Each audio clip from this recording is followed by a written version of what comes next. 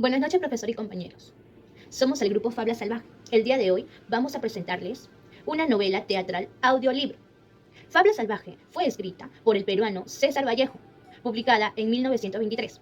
Como personajes tenemos a los narradores, también tenemos a Balta Espinar, a Santiago y a Adelaida. Todo empezó cuando Balta Espinar se levantó de su lecho y se dirige al espejo. He visto pasar a alguien detrás de mí. ¿Quién será? De pronto, el espejo se cae y se rompe en varios pedazos. ¿Qué pasó aquí? Algo va a suceder. Dios nos libre. Mujer, he visto una sombra mala pasar. No sé cómo sucedió, pero el espejo se ha roto. ¿Qué? ¿Y cómo lo has roto? Contemplando el hermoso atardecer, se oye una voz que provenía de la cocina. ¿Has oído eso? ¿O no? Esto es un signo de mala suerte. Sí, he oído eso. ¿Ha sido la palucha? Dios mío, no los desampares. Y en ese entonces, Adelaida comenzó a llorar. Durante toda la noche Adelaida no podía dormir. Lloraba y lloraba, pues era la primera vez que un fuerte sonido de mala suerte irrumpía en su hogar. Calla, mujer, no estés llorando. Porque canta una gallina. ¿Lloras? ¡Qué chiquillada! Al día siguiente, mientras el día se transcurría lindo, tranquilo, sin nubes alrededor, Balta reemplazó lo que es el espejo por uno nuevo, donde se quedó contemplándolo por largas horas. ¿Aún no te has ido, Balta? Están picoteando el trigo estas gallinas. Balta no volvió a mencionar más ese tema hasta que un día, por el mes de septiembre, su esposa le comunica que que está embarazada. Ese día ambos lloraron de felicidad y celebraron por lo que era una gran noticia. Esa misma noche, cuando ambos se fueron a dormir, comenzaron otra vez los malestares de Balta, ya que comenzó a tener esos sueños raros que no lo dejaban dormir. Balta, levántate. ¿Qué te sucede? He tenido un presentimiento.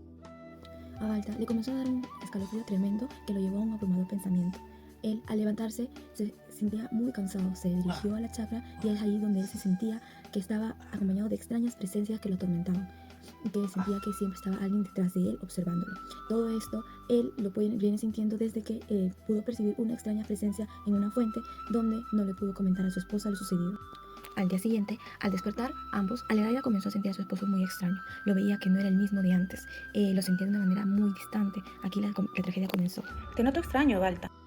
No es nada, mujer. Balta comenzó a sentir un recelo, quizás sin sentido, un recelo oscuro que quizás él no se daba cuenta. Vámonos ya al pueblo. Antes que esto toque su fin. En los días de enero, donde caía un tormentoso aguacero o también granizada, donde en los campos ya se sentían esa sensación gruesa de paños y a la vez tormentosos. Balta, ya es hora de regresar al pueblo. Nos iremos en febrero. Aún falta mucho por hacer. Después de algunos días, Balta se fue solo al pueblo y se dirige a su casa.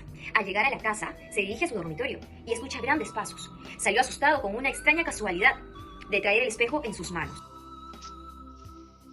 ¿Qué estoy viendo? ¿Qué es esto? Balta Espinar empezó a mirar a todos lados. Miró hacia la huerta imperturbable, sobresaltado demasiado porque no era una imagen extraña, sino su propio rostro el que veía. Una mañana Adelaida y Balta reposaban tranquilamente. Entre sueños Balta se quedó adormecido. Balta Espinar comenzó a buscar la soledad día a día con mayor frecuencia. ¿Qué te pasa, Balta? Sucede algo hace días que estás alejado de mí. Vámonos, por Dios, vámonos, que el invierno me da miedo. Te he dicho que no nos vamos a ir. ¿Será que Adelaida me ama? ¿O es que tendrá otro? En ese momento se echó a llorar desconsoladamente por la fuerte expresión que le dijo su esposo. Balta se quedó abstraído y cabizbajo mirando hacia el abismo encarpecido. Sus pensamientos volaban.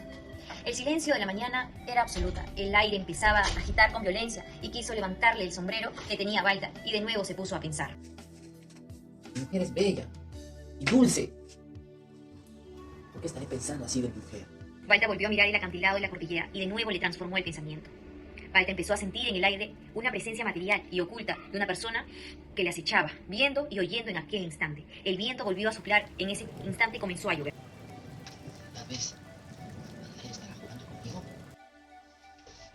Balta comenzó a alucinar a su esposa con su amante en el corredor de la casa del pueblo. Hacia ese entonces, la mujer no había percibido nada de lo que había ocurrido con Balta. Adelaida sentía un inmenso respeto hacia su esposo, porque no le había exigido en ningún momento una confesión o ni siquiera una aclaración de lo que estaba pensando. Balta permanecía mudo y aportándole le decía: ¡Haz tu lado, mujer! Adelaida era una mujer que tenía una entrega y una pasión absoluta por su hogar. Ahora sí me vas a decir qué es lo que te sucede. ¿Qué tienes? ¿Qué te he hecho para que me trates así? ¿O es que ya no me quieres?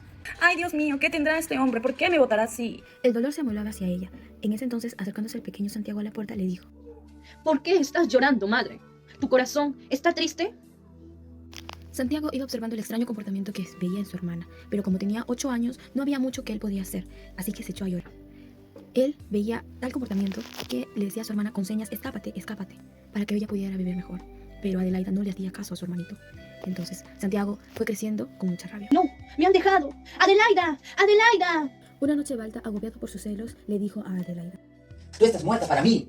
Adelaida, llorándose, sangrándose en pedazos, se preguntaba. ¿Qué le he hecho? ¿Por qué me paga así? ¿Alguna vez me habrá amado? Adelaida, en su más profundo dolor, imaginaba que su esposo, Balta, le llegara a tener ese amor que ella quería, un gran amor puro.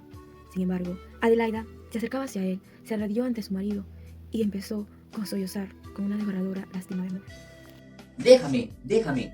Ya te he dicho, tú estás muerta para mí. Esa misma noche, Balta lleva a Adelaida al pueblo para poder cortar con toda tiniebla y oscuridad. Ahí, Balta, en sus más tenebres pensamientos, hace que su esposa se vista de luto. Ella, haciéndole caso al marido, pero aún así sollozando, Balta la abandona y se enrumba a lo que es el abismo. Y en este tramo, él llega a estar en lo más alto de este abismo, haciendo movimientos que, lamentablemente, lo hacen caer hasta el fondo de este.